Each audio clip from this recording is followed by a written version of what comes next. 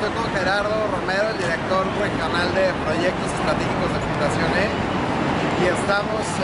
arrancando operaciones de la oficina regional de la Fundación aquí en Nueva York, en el corazón de Times Square, y estamos muy emocionados porque el primer proyecto que vamos a empezar a operar aquí es el modelo Jóvenes Emprendedores para Estados Unidos, las comunidades migrantes en México. Los invito a que se enteren más de este programa, tanto en la página de Facebook, que está con el mismo nombre, Modelo Jóvenes Emprendedores, o en el portal jovenesemprendedores.com.mx, para que vayan, se enteren, se informen y participen en todos estos programas para apoyar y empoderar, sobre todo motivar a que nuestros paisanos aquí en la Unión Americana